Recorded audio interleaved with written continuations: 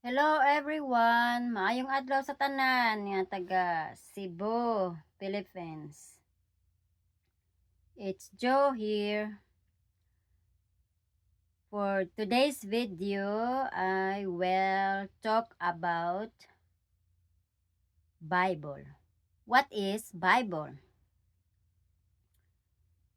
Kay balota na simple lang ni siya nga question, pero usahay ang simple, lisod pa answeran.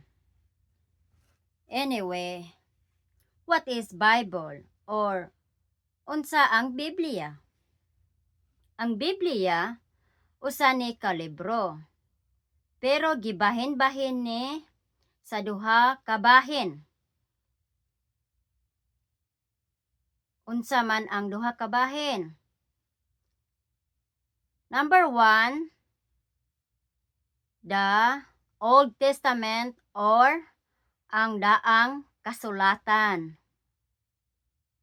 or kasabutan nga naglangkob og 39 ka libro from Genesis to Malakias. Unya ang number 2, New Testament or ang bag-ong kasulatan nga naglangkob og 27 ka libro from Matthew to Revelation or gipadayag. So, we have the total of 66 books.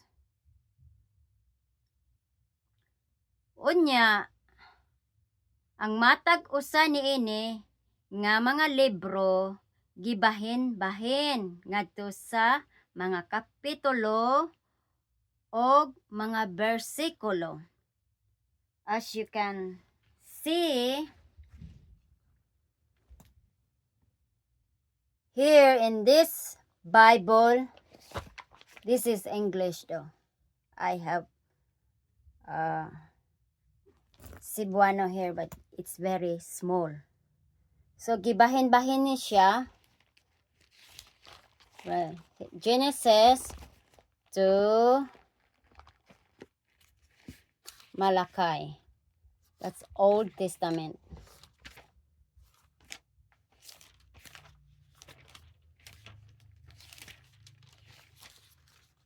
Right here. Then, in the New Testament, from Matthew to Revelation. Yep, that's the last book of the Bible. Now,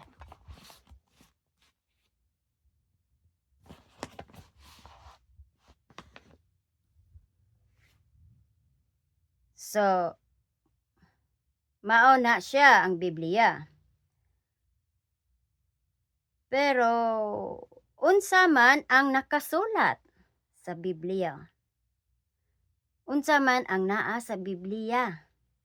Ang Biblia mao ang sulat sa gugma sa Dios ngadto sa iyang katawhan ug ang iyang mga instruction para sa katawhan.